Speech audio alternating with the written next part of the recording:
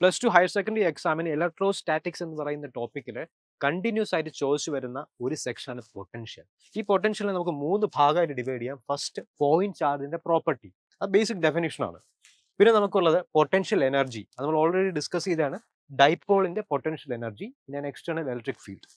പിന്നെ നമുക്ക് ലാസ്റ്റ് വരുന്നത് ഇക്വി പൊട്ടൻഷ്യൽ സർഫസ്. ഈ 3 ടോപ്പിക്കിലും ഏറ്റവും കൂടുതൽ 2 മാർക്ക് അല്ലെങ്കിൽ 3 മാർക്ക് ക്വസ്റ്റ്യൻസ് നമ്മൾ എക്സ്പെക്ട് ചെയ്യാവുന്ന ആ ഒരു ടോപ്പിക്ക് ഇക്വി പൊട്ടൻഷ്യൽ സർഫസ് ആണ്. അപ്പോൾ നമുക്ക് ജസ്റ്റ് ഒന്ന് ബ്രീഫ് ആയിട്ട് ഈ പോയിന്റുകളെല്ലാം ടച്ച് ചെയ്ത് പോകാം, ജസ്റ്റ് എക്സാം പോയിന്റ് ആയിട്ട്. അപ്പോൾ നമുക്ക് ആദ്യമുള്ളത് ഡെഫിനിഷൻ ആണ്, പൊട്ടൻഷ്യലിന്റെ ഡെഫിനിഷൻ. അപ്പോൾ പൊട്ടൻഷ്യൽ ഡെഫിനിഷൻ ആയിട്ട് work done per unit charge such that the charge is brought slowly from infinity to a point. Just ഇങ്ങനെ ഓർത്തിരിക്കുക, work done per unit charge. അപ്പോൾ നമുക്ക് അതിനൊരു ഡെഫിനിഷൻ, പോയിന്റ് ചാർജിന്റെ പൊട്ടൻഷ്യലിന്റെ ഫോം നമ്മൾ ജസ്റ്റ് ഒന്ന് ഓർത്തിരിക്കുക. 1 വേർഡ് ക്വസ്റ്റ്യൻസിനും 2 മാർക്ക് ക്വസ്റ്റ്യൻസിനും നമുക്ക് ഹെൽപ്ഫുൾ ആകും.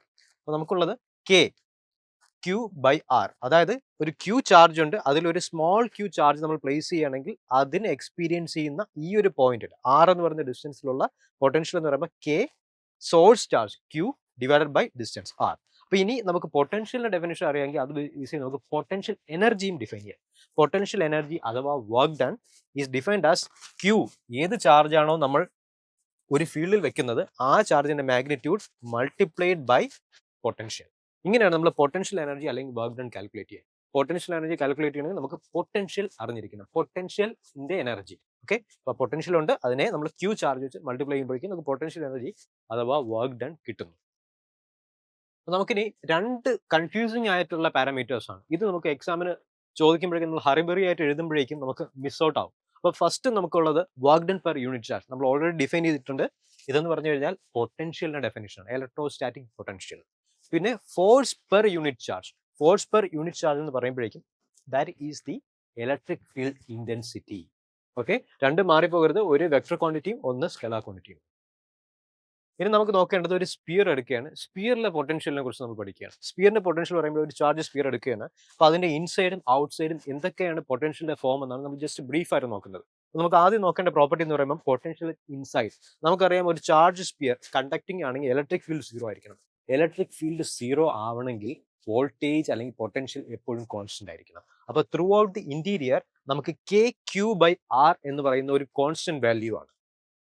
ആ കോൺസ്റ്റന്റ് വാല്യൂ ത്രൂ ഔട്ട്, അതായത് പൊട്ടൻഷ്യൽ ഇതിന്റെ അകത്തുള്ള ഏത് പോയിന്റ് എടുത്താലും കെ ക്യൂ ബൈ ആർ ആണ് വാല്യൂ. ഈ ആർ എന്ന് പറയുമ്പോഴേക്കും ഈ സ്പിയറിന്റെ റേഡിയസ് ആണ്.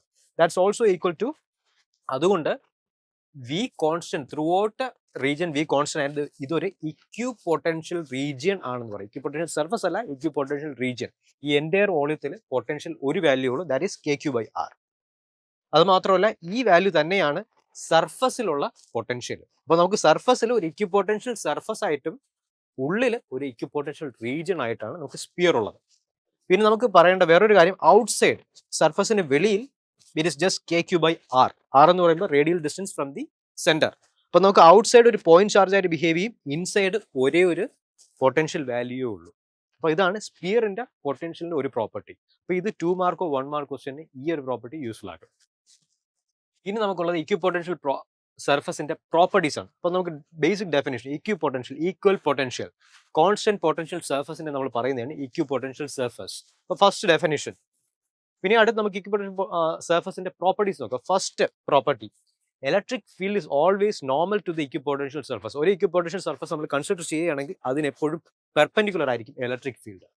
First property. ഒരു സെക്കൻഡ് പ്രോപ്പർട്ടി എന്ന് പറയുമ്പോഴേക്കും equipotential surface never intersect.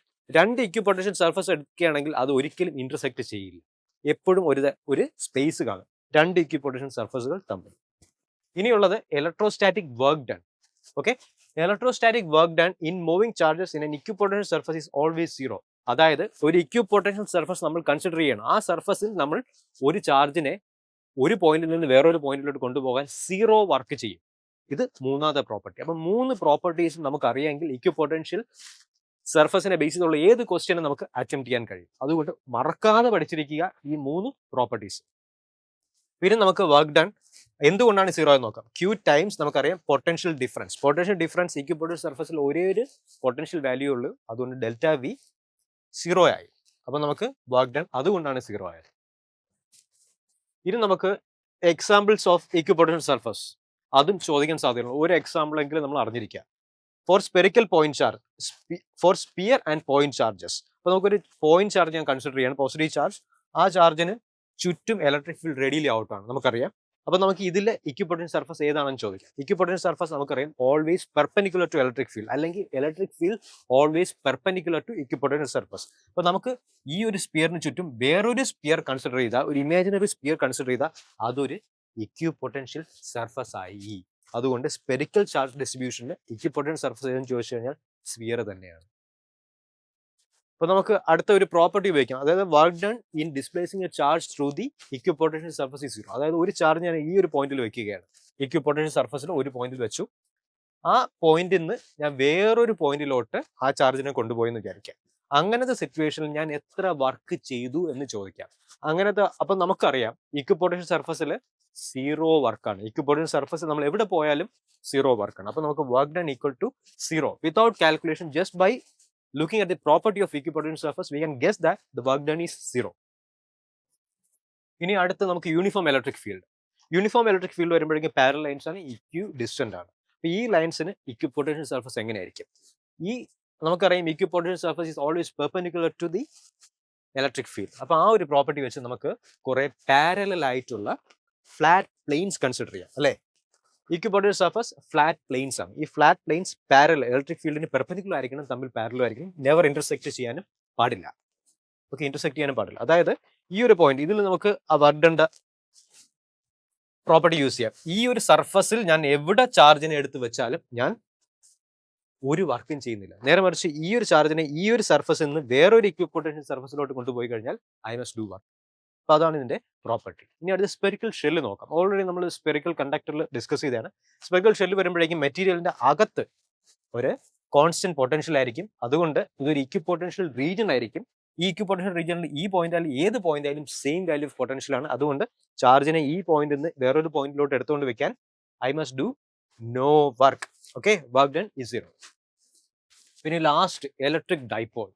Electric dipole നമ്മൾ ഓൾറെഡി ഡിസ്കസ് ചെയ്തത്, എന്നാലും ഈ ഇക്വിപൊട്ടൻഷ്യൽ ആയിട്ട് നമുക്ക് കണക്ട് ചെയ്ത് ഇലക്ട്രിക് പൊട്ടൻഷ്യൽ എന്നൊക്കെ പറയാം, ഇലക്ട്രിക് ഡൈപോൾ എന്ന് പറയാം. പോസിറ്റീവ് ചാർജ് ഉണ്ട്, നെഗറ്റീവ് ചാർജ് ഉണ്ട്. അപ്പോൾ അതിന് നമുക്കൊരു ഇക്വിറ്റോറിയൽ ലൈൻ എടുത്തു കഴിഞ്ഞാൽ ഇക്വിറ്റോറിയൽ ലൈനിന് equatorial plane, okay, equatorial plane will always be equipotential surface.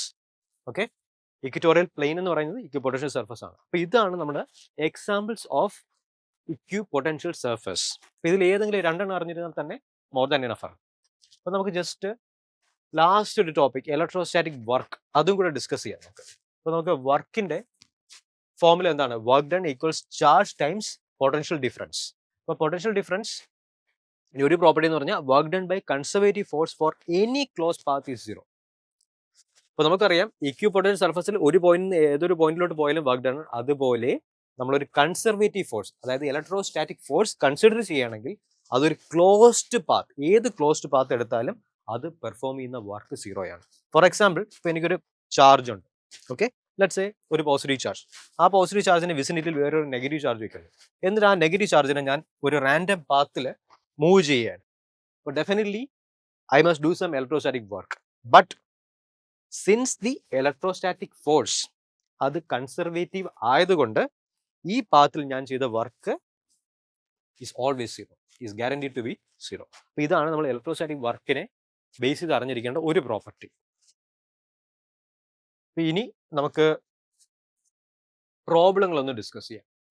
Last 7 ഇയേഴ്സും അല്ലെങ്കിൽ 10 ഇയേഴ്സിൽ നമുക്ക് ചോദിച്ചിട്ടുള്ള കൂടുതൽ ഇമ്പോർട്ടൻ്റ് ആയിട്ടുള്ള ഈ പൊട്ടൻഷ്യൽ എന്ന് പറയുന്ന ആ സെക്ഷനെ ബേസ് ചെയ്തുള്ള ചോദ്യങ്ങൾ നമുക്കൊന്ന് അറ്റംപ്റ്റ് ചെയ്ത് നോക്കാം. അപ്പോൾ first problem, the electric field lines of a positive charges are shown in the figure. Okay, what give the sign of the potential difference V P minus V Q.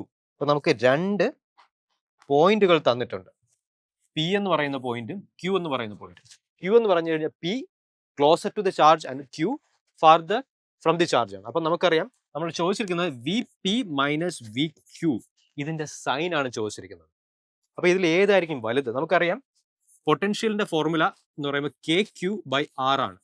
Okay, അപ്പൊ ഇതിൽ R P ആണോ R Q ആണോ കൂടുതൽ? R P is lesser than R Q. അപ്പൊ denominator കുറഞ്ഞു അല്ലേ? അപ്പൊ V P must be greater than V Q. അപ്പൊ ഗ്രേറ്റർ, അപ്പൊ ഈ ക്വാണ്ടിറ്റി വലുതെന്ന് ചെറുത് കുറച്ചു, അതുകൊണ്ട് ഇത് positive. Okay, V P minus V Q just ഈ ഒരു ഫോർമുല മാത്രം അറിഞ്ഞിരുന്നാൽ മതി. നമുക്ക് ഡയറക്റ്റ് ആയിട്ട് ആദ്യത്തെ ഉത്തരം ചെയ്യാം. 1 മാർക്ക് നമ്മുടെ കയ്യിലുണ്ട് ജസ്റ്റ് ഈ ഒരു ഫോർമുല അറിഞ്ഞതുകൊണ്ട്. ഇനി അടുത്ത problem. Give the sign of work done by the field in moving a small positive charge from Q to P. Okay, ക്യൂവിൽ നിന്ന് പിയിലോട്ട് ഒരു ചാർജിനെ നമ്മൾ സ്മോൾ പോസിറ്റീവ് അല്ലെ, സ്മോൾ പോസിറ്റീവ് ചാർജ്, അതിന്റെ വർക്ക് ഡണ്ണിന്റെ സൈൻ ആണ് ചോദിച്ചിരിക്കുന്നത്. വർക്ക് ഡണ്ണിന്റെ സൈൻ. അപ്പൊ നമുക്കറിയാം വർക്ക് ഡണ്ണിന്റെ സൈൻ എന്ന് പറയുമ്പോൾ work equals charge times potential difference അല്ലേ. പൊട്ടൻഷ്യൽ ഡിഫറൻസ് എന്ന് പറയുമ്പോഴേക്കും final potential minus initial potential അല്ലേ. ഇത് ഫൈനൽ പോയിന്റ് എവിടെ നിന്നാ? നമ്മൾ work done in moving positive charge from Q to P. P ആണ് ഫൈനല്, ക്യൂ ആണ് ഇനീഷ്യൽ അല്ലേ. അപ്പൊ അങ്ങനെ വരുമ്പോഴേക്കും times V P minus V Q. V P minus V Q already നമ്മൾ ഫസ്റ്റ് പാർട്ടിൽ നമ്മൾ ഓൾറെഡി പോസിറ്റീവ് ആണെന്ന് കാണിച്ചു. അതുകൊണ്ട് ഈ വർക്ക് ഡണ്ണും പോസിറ്റീവ് ആണ്. ഓക്കെ, അപ്പൊ സിംപ്ലി നമുക്ക് രണ്ട് ക്വസ്റ്റ്യനും വിത്തൗട്ട് വർക്ക് ചെയ്യാതെ നമുക്ക് ജസ്റ്റ് ഉത്തരം കിട്ടി. അധികം എഫേർട്ട് ഇടാതെ തന്നെ നമുക്ക് ഉത്തരം കിട്ടി, ജസ്റ്റ് ഒരു ഫോർമുല അറിഞ്ഞുകൊണ്ട് മാത്രം. So what is the shape of the equipotential surface near the charge? Near the ചാർജോ ദൂരെ, ചാർജിന്റെ ദൂരെ ആയാലും നമുക്ക് ഉള്ളത് ഒരു പോയിന്റ് ചാർജ് ആണ്. നമുക്കറിയാം പോയിന്റ് ചാർജിന്റെ equipotential surface will always be a sphere അല്ലെ. നമ്മൾ ഓൾറെഡി ഡിസ്കസ് ചെയ്തതാണ്. ഒരു പോയിന്റ് ചാർജിന്റെ ഇക്വിപൊട്ടൻഷ്യൽ സർഫസ് എത്ര ദൂരെ ആയാലും equipotential surface will always be a sphere. Infinite ആണെങ്കിൽ നമുക്ക് വേണമെങ്കിൽ പറയാം ഒരു ഫ്ലാറ്റ് പ്ലെയിൻ ആയിരിക്കും എന്ന് പറയാം. ഓക്കെ, സോ അടുത്ത് വരുമ്പോഴേക്കും സ്പിയറും ഇൻഫിനിറ്റ് ആണെങ്കിൽ flat plane. That makes more sense. പിന്നെ അടുത്ത നമുക്ക് പ്രോബ്ലം നോക്കാം. The equipotential surface through a point is normal to the electric field at a point. That's the definition. Okay, what is mean by equipotential surface? Appo constant. So the surface which is having constant potential is called as equipotential surface. We already discussed it. What is the work done to move a charge in an equipotential surface? Alle work done എന്ന് പറയുമ്പോഴേക്കും q times change in potential ആണ്. For an equipotential surface, the change in potential in the surface is 0. So work done is guaranteed to be 0. So draw the equipotential surface for a uniform electric field. Uniform electric field ആകുമ്പോഴേക്കും set of parallel lines ആണ്, eq spaced ആണ്. അപ്പോൾ അതിന് ഒരു flat ആയിട്ടുള്ള family of planes ആയിരിക്കും അതിന് equipotential surface ആയിട്ട് വരിക. ഇതും നമ്മൾ ഡിസ്കസ് ചെയ്തതാണ്. The electrostatic force per unit charge. നമുക്കറിയാം electrostatic force per unit charge, that is the magnitude of electric field intensity. നേരെ മറിച്ച് work done per unit charge ആണെങ്കിൽ that is electrostatic potential. Okay, so confuse ചെയ്യരുത്. The circle of radius r is drawn. Radius r ഉള്ള ഒരു circle ഞാൻ വരയ്ക്കുന്നു. Okay, with a charge q placed at the center. ഒരു ചാർജിനെ ഞാൻ സെന്ററിൽ വെച്ചു. Okay, so the work done moving a point charge once around the circumference. ഈ ഒരു പോയിന്റിൽ നിന്ന് കറങ്ങി വീണ്ടും തിരിച്ച് ആ സർക്കിളിൽ, അതായത് ഇനീഷ്യൽ ഫൈനൽ പോയിന്റ് ഒന്ന് തന്നെയാണ്. അതായത് ഒരു ക്ലോസ്ഡ് പാത്ത്. നമ്മൾ എപ്പോഴൊക്കെ ക്ലോസ്ഡ് പാത്ത് എന്ന് കേൾക്കുമോ കണ്ണും പൂട്ടി നമുക്ക് വർക്ക് ഡൺ 0 എന്ന് പറയാം. Okay okay what is equipotential surface already കണ്ടു. അപ്പോൾ ഇത് നമുക്ക് എന്താണ് മനസ്സിലാക്കേണ്ടത്? ഇക്വിപൊട്ടൻഷ്യൽ സർഫസ് വളരെ ഇമ്പോർട്ടൻ്റ് ആയിട്ടുള്ള ഒരു ടോപ്പിക്കാണ്. അത് എല്ലാ ഇയറും നമുക്ക് എക്സ്പെക്ട് ചെയ്യാവുന്ന ഒരു സെക്ഷനാണ്. So write two properties of the equipotential surface. നമ്മൾ വർക്ക് ഡൺ എഴുതാം, വർക്ക് ഡണ്ണിന്റെ പ്രോപ്പർട്ടി എഴുതാം, അതുപോലെ തന്നെ നമുക്ക് ഇക്വിപൊട്ടൻഷ്യൽ സർഫസിലെ ഇലക്ട്രിക് ഫീൽഡ് നേച്ചർ, ഈ രണ്ട് പ്രോപ്പർട്ടീസ് ആയിട്ട് നമുക്ക് സിമ്പിൾ ആയിട്ട് എക്സ്പ്രസ് ചെയ്യുന്നതാണ്. Write down any 3 properties. 3 properties ചോദിച്ചാൽ നമ്മൾ ഓൾറെഡി ഡിസ്കസ് ചെയ്തതാണ്. So this is trivial.